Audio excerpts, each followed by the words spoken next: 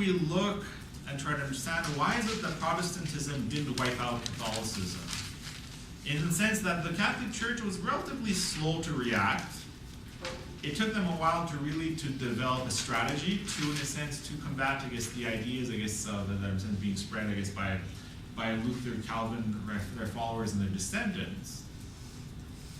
But the one thing, the sense that did stop, finally spread the full conversion, in a sense, that maintained the Catholic Church, was the Counter-Reformation.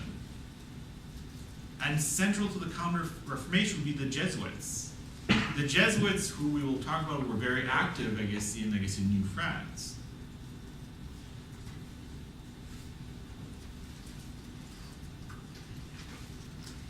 And the Jesuits are good at one thing. The Jesuits are remarkable at debating. If you want to learn how to argue and argue effectively, go study how the Jesuits would do it. Because the Jesuits, in a sense, were organized almost as a paramilitary, I guess, religious order. Their goal, how they would stop the Reformation, was through education and being able to debate, in a sense, to debate ideas. So the Jesuits were, in a sense, quite, along with a few other, I guess, religious orders, were quite instrumental in at least maintaining Catholicism and stopping the spread of, I guess, at least checking sort of the spread of, I guess, Protestant ideas and, in a sense, the spread of Protestantism. So the Catholic Church also went through a series of its own reforms. So they got rid of what the most obvious things, in the sense that was used against it, including the sale of indulgences. So there were some reforms within, I guess, the Catholic Church, and then with the Counter-Reformation, they went on, almost in a sense, on the assault to try to win back or to stop, in a sense, the loss of their faithful. And the Jesuits, again, were central in, again, promoting the idea, of a Rome-based, in a sense, Catholicism, using teaching and writing as means of promoting their ideas, in a sense of countering using the tools that, I guess, the Protestant reformers such as Luther and Calvin had used to spread their ideas, adopting these and then using them, in a sense, as part of, in a sense, the battle against, I guess, the Reformation, in a sense. So using these tools, to their own, to their advantage. And as part of this idea of missionary activity, of teaching, and of the spread of the religion, this is how, in a sense, the Jesuits also came to, North America, in the period of New France, and they were quite active in, First Nations, with, notably the Huron, in working, in a sense, to convert, the Aboriginal peoples to Catholicism.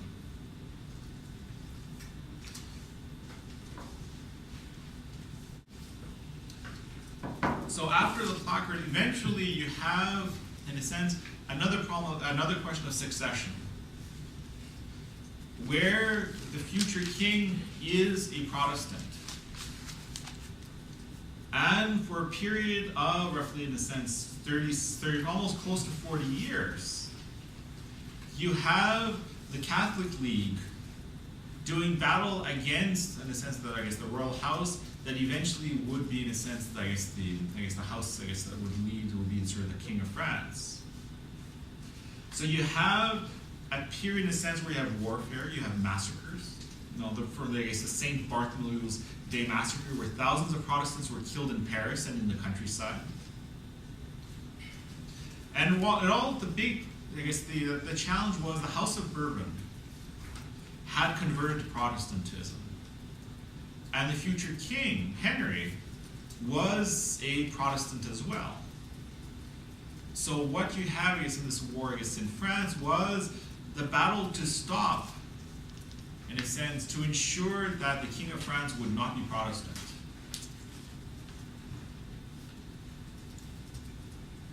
And you have, in a sense, where this massacre was to mark, so for example, you have King Henry being married, so you have large numbers of Protestants gathered to celebrate the marriage of one of their fellow Protestants, and thousands were, in a sense, were killed, in a sense, on that day. Finally, how did the Protestant problem resolve itself? Well, it is against King Henry, where he is quoted as saying, Paris vaut bien une messe. Simply put, Paris is worth a mass. And the mass that he was talking about was the mass of his converting to Catholicism. So you have in 1593, I guess for political strategic reasons, Henry becomes Catholic. And in 1594, he is crowned at Chartres as, as a Catholic king, the next Catholic king, of France.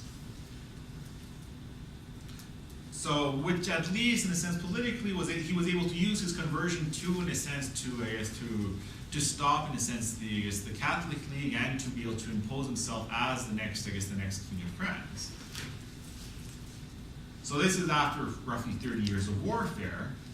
And finally, peace establishes itself. So, of course, being himself, having been, I guess, Protestant, and one can only guess as to the depth of his conversion to Catholicism, probably not very deep.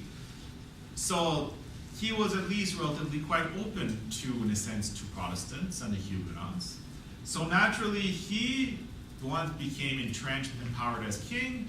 He released the Edict of Nantes in 1598, where basically he called a truce, in a sense where he would give the Protestants of France certain rights, freedoms.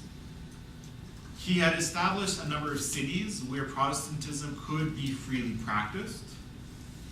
And he offered, certain protections and, in safe zones for Protestants. So you have, so at least for a generation and a half, you had a relatively quiet calm between, in a sense, the Protestants and the Catholics in France. And this is why, for example, in the early 1600s, when we'll be talking about Champlain, in North America, you had, in a sense, Cartier and Champlain, you had Protestants, you had Huguenots. They were not necessarily playing the most active role, but they were there. So they, in a sense, whereas much later, in the 1620s, you would start once again, in a sense, there would be sort of the movement against, the Protestants, and very much, in a sense, a movement to eliminate Protestantism, from France.